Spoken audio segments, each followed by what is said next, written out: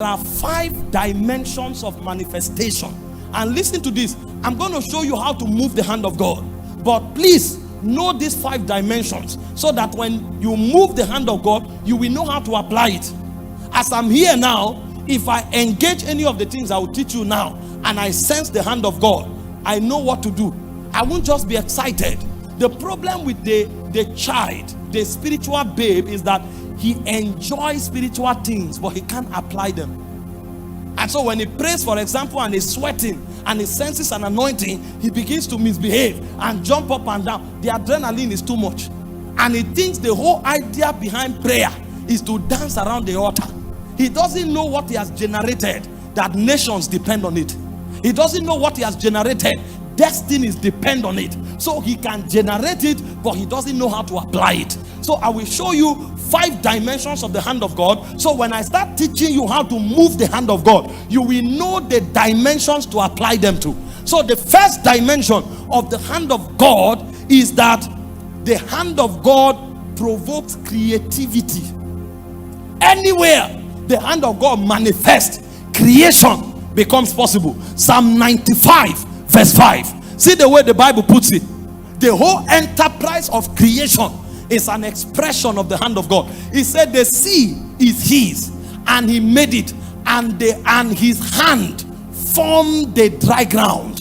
So the hand of God demonstrates power in creativity. You know, in Genesis chapter 1 verse 1, he said, in the beginning Elohim created the heavens and the earth. Elohim means almighty. So he's still talking about power, but the dimension of power that creates is the hand of God. So anytime the hand of God comes upon you, don't just be excited, become creative.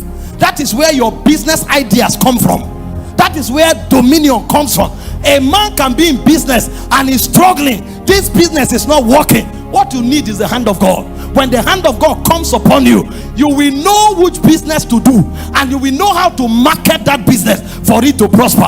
Your ministry is not supposed to suffer. There is a creative dimension that the hand of God brings upon you, that you will know what step to take part time in order to be ahead of your generation.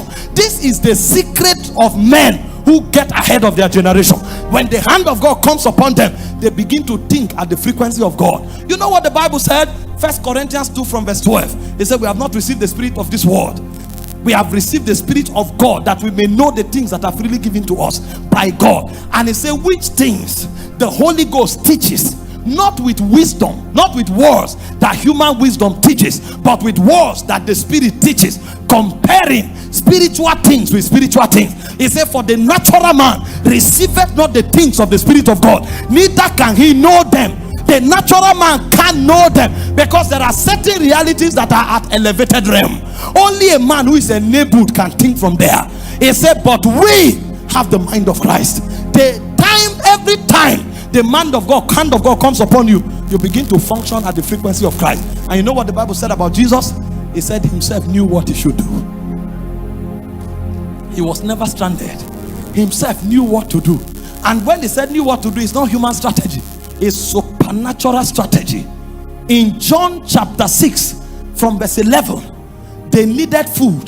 There were 5,000 men, not counting women and children. And Jesus taught for 3 days. When he was done, they said everybody was hungry. And Jesus said, give them something to eat. The disciples said, please don't go there.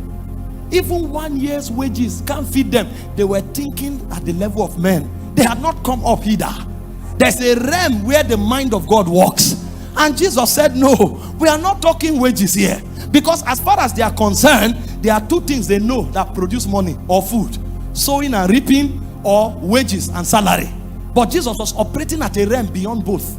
And they say, what do you have? They say, only a little boy here has 5 loaves and 2 fish. He said, bring it here. No, we are talking 5,000 men. If we count women and children, we'll be 20,000. Because anywhere you have 5,000 men, you are most likely to have 10,000 women.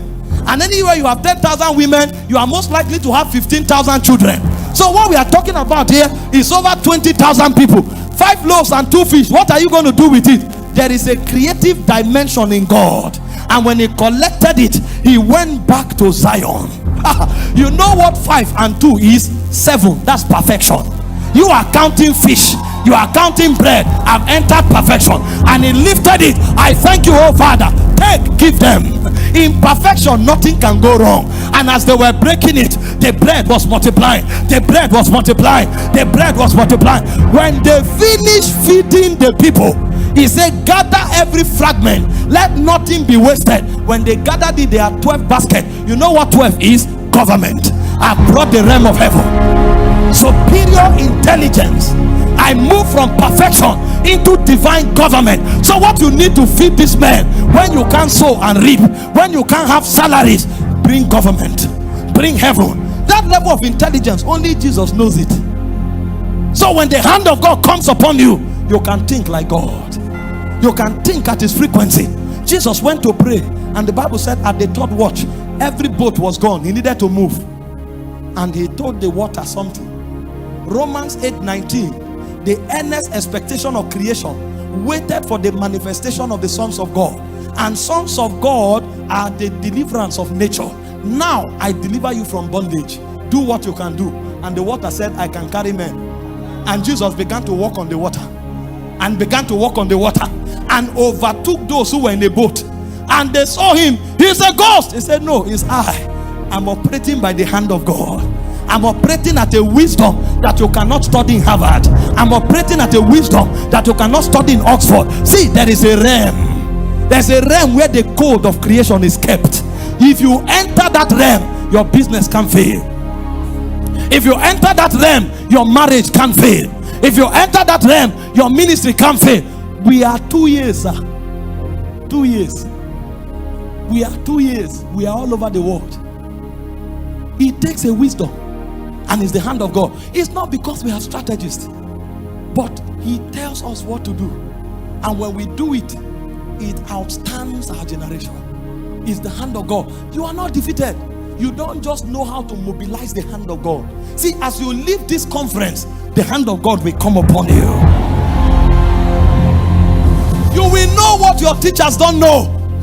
He said you shall know better than even your teachers. And when you are in the wrong direction, he said you will hear a voice behind you telling you that is not the way to go. It's the technology of the hand of God, the creative powers of Elohim. That's when you can make things out of nothing. They look at your life, they say, can anything good come out of Nazareth? Give it time, you will be shocked. They look at you, they say, no, you are 80, your life is gone. That's when you will tell them that what somebody does in 40 years can also be done in 1 year. It's all a function of wisdom and creativity. The hand of God sponsors supernatural creativity. Listen, as I teach you how to engage the hand of God, don't just be excited. Oh. There's no blessing in people calling you names. Prayer warrior, prayer champion. That is joke. The Pharisees have all those trophies. They didn't amount to anything. When you move the hand of God, search the spirit.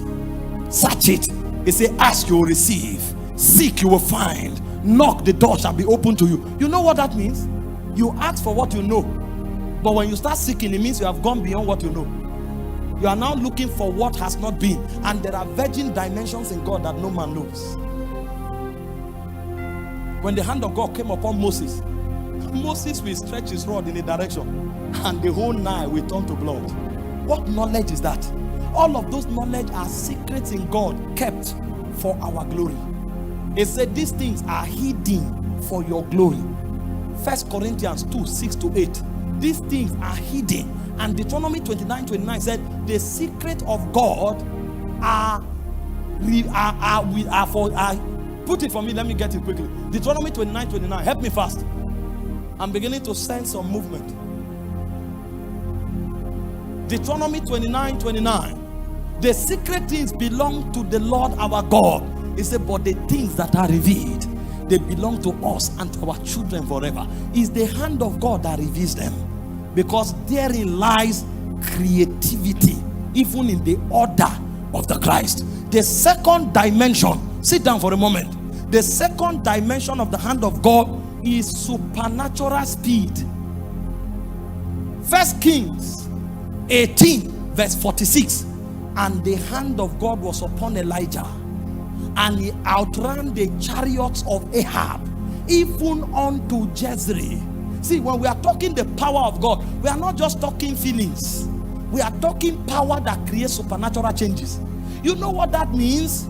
The king represents status quo. That means the best of what can be obtained, he represents it. And his horses are the fastest for the purpose of security. You never go to any land where anybody has a horse better than that of the king. But when the hand of God came upon Elijah, he outran the king and his chariots. That means if the hand of God comes upon your life, you will defy status quo. They told you civil servants can't be wealthy. And then you now enter a frequency of speed. You receive salary for 2 years and you invest it in a business, and that business brings billions. And they ask you, how did you do it? It's supernatural speed. They told you this ministry you are going into, until you are 15 years you won't succeed. You are 1 year and you start doing what those who are 20 in it can do. It is speed. Listen, don't grade your life based on other people's experiences. Their experience is based on how much of God they know and how much of God they apply. Thank God for them. Learn from them. Don't despise them. Learn from them. But don't limit your destiny. Don't peg your destiny at another person's experience. Yes, it may take somebody else 20 years. Nobody says it won't take me 6 months. If the hand of God comes upon you, you can outrun the chariots of Ahab. He can outrun. See, so when God comes upon your life, one focus you must have is speed. And this is why you cannot carry unnecessary weight. They tell you somebody spoke about you, ignore them. Oh, they are gossiping somebody here, leave them alone. They are besetting sin, they are weight. When you are moving on high speed, you don't need weight.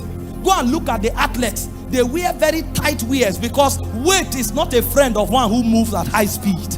So you can't carry weight. They are gossiping people, leave them. They are backbiting people, leave them. They are attacking you, leave them. Be focused. Speed requires focus so that you don't take a wrong direction. Because if you are in the wrong direction, speed is not an advantage.